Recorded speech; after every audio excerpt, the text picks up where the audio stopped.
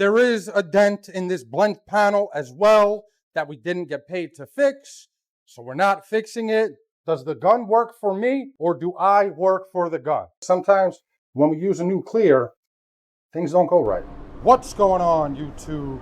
So today, by viewer request, we are going to test the Black Widow. This is going to be the last video covering the Black Widow, by the way. Can it handle metallics? So we have NH711, which is a Honda metallic. It's got a lot of coarse metallic, a lot of medium metallic. It's a very metallic-y color. So this will be a great opportunity for us to test Black Widow HTE's atomization capabilities. We're going to be able to see if this thing can atomize and lay down metallics as smooth as my LS400, and how much control do we have when we blend our color out?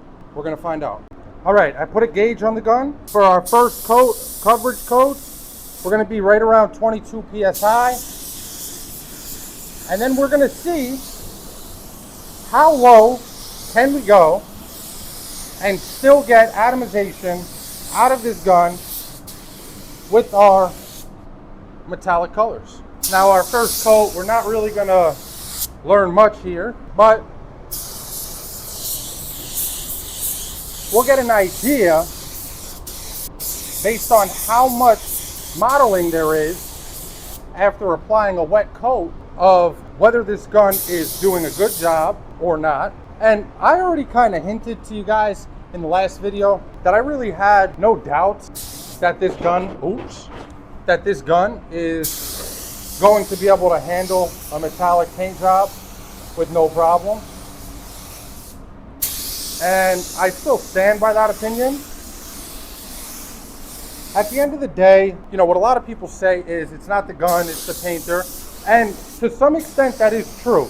But as an experienced painter myself, and I know I'm not the best painter in the world by any stretch of the imagination, I can tell you that whether it's a good gun or a bad gun, yes, I can get decent results out of it. But how hard is that gun making me work to get the desired results? That to me is what really determines if a gun is good or not. Does the gun work for me, or do I work for the gun? That's our first coat. We'll let this flash off. We'll come back in. We'll lay a little bit lighter of a coat and start to consider how our metallics are laying.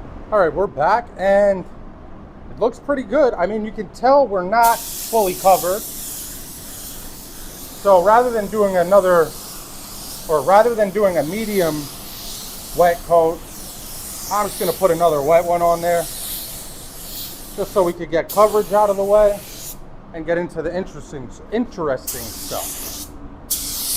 Now, I have a little bonus for you guys today.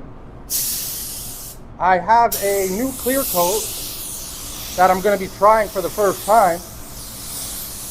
And I'm curious if any of you guys have used it before. It's a PPG clear. It's not part of the EC line, but it is a PPG clear. It is a clear that they warranty. It is a high solids clear, and it's a 2-to-1 clear. So right after we put this last coverage coat on, I'll take you guys in the mixing room. Again, by the way, looks like the pressure jumped up a little on me. I'm a little over 24 right now.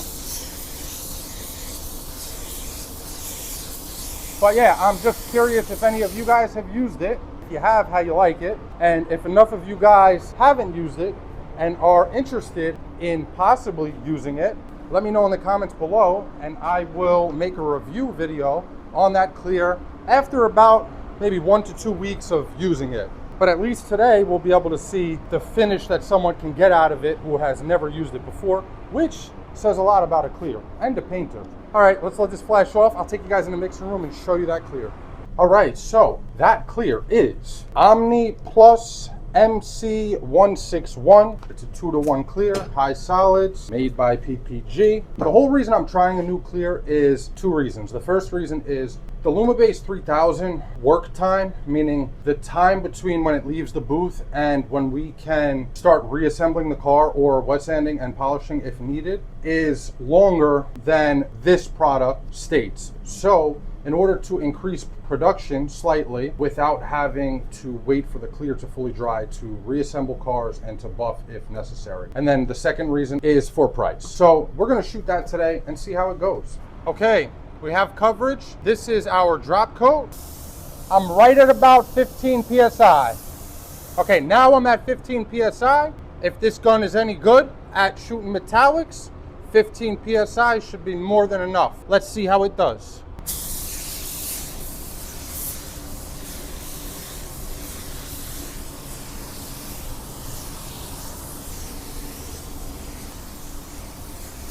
One thing I will say that I noticed right away is it definitely has more overspray than my LS400, which kind of sucks when you're blending anything, not just the metallic, just in general. You know, the more control a gun gives you over your overspray, the better your blends are gonna look, obviously. But this blend does look good. I know it looks a little dark. The color's gonna be fine. Also, there is a dent in this blend panel as well that we didn't get paid to fix. We're not fixing it. So before anybody would like to be so kind and comment on that, I'm just gonna, some things are better left unsaid. Let's leave it at that. Okay, let's do our drop coat on these other panels now.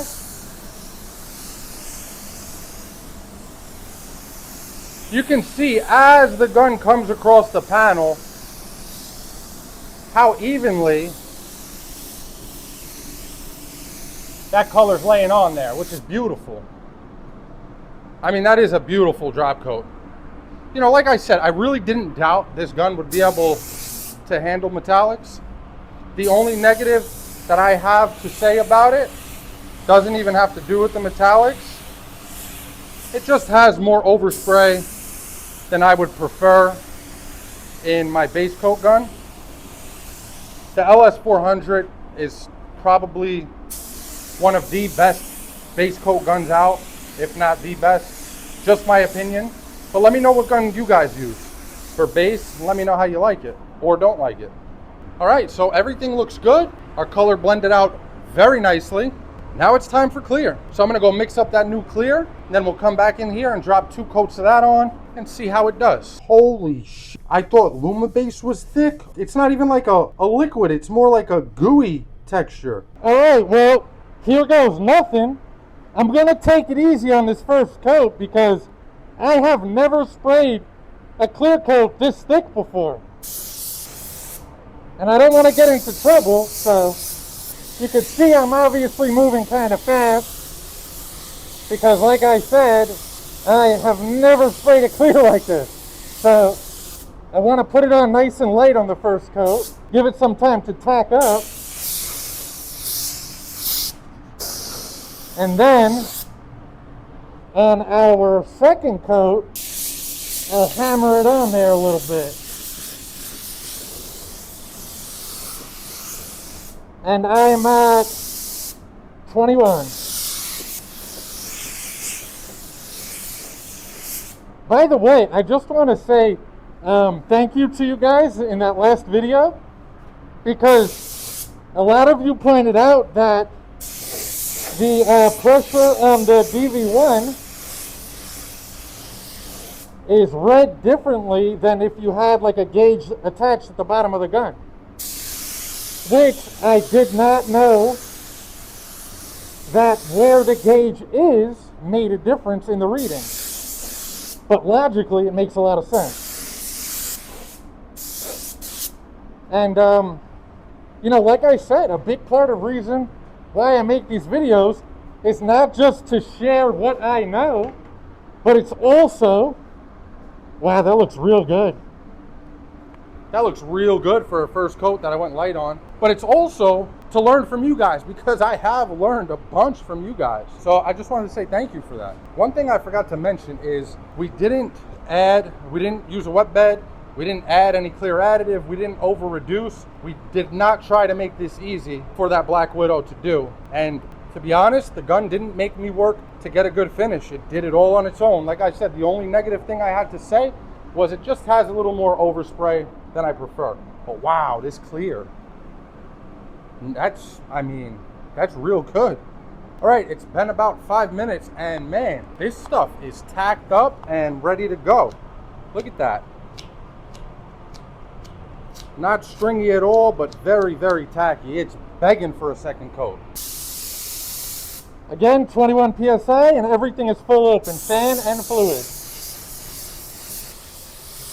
Also, I just wanted to clarify on that last video, the whole point I was trying to make, but I just suck at explaining stuff, is that when you use a higher pressure, you get more overspray, and that dry overspray ends up landing on your freshly laid clear, which messes with the texture on your clear. I was not at all trying to say that high pressure doesn't lay clear coat well. And another thing I just want to point out in regards to that video is every gun has its own low end and high end at which it atomizes clear. Those are things that I definitely should have mentioned in the video. But you know, when you're at work and you're making a video and you know, there's a little bit of pressure coming from every angle, so sometimes you forget things, and that is what it is. You know, I got a lot of respect for the guys out there who, you know, make videos at work, because I'll be the first to tell you, it's not easy. It's not easy. But I enjoy it a lot, so that's why I do it. And I learn a lot from you guys. That's another reason I do it. Let's let this thing flow out for about 5 minutes, maybe 10 minutes. And then I'll come and show you guys a close-up of the finish. And I'll give you my first impression. And here's our finished product. But first things first, let's see how this blend looks. It looks the same as it would if I used my LS400. To be honest, that Black Widow is probably the best bang for the buck out of all of the cheaper guns on the market. There is no sign of a blend anywhere. No sign of modeling, but we'll check that out on that panel. No sign of modeling or any inconsistency whatsoever in our color. And holy crap, this clear laid beautiful. That is a beautiful texture. That texture is in range of any OEM finish that I've ever tried to match.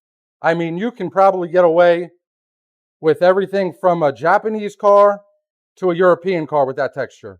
It's beautiful. If any of you guys have used this clear, let me know in the comments below. If any of you guys are interested in me giving a more detailed review on my thoughts on this clear coat after about 1 to 2 weeks of using it, leave that in the comments below. I'll be happy to do that. Other than that, that's going to be it for this one. Thank you so much for checking out the video, guys. I really appreciate that and all the support. Till the next time, peace.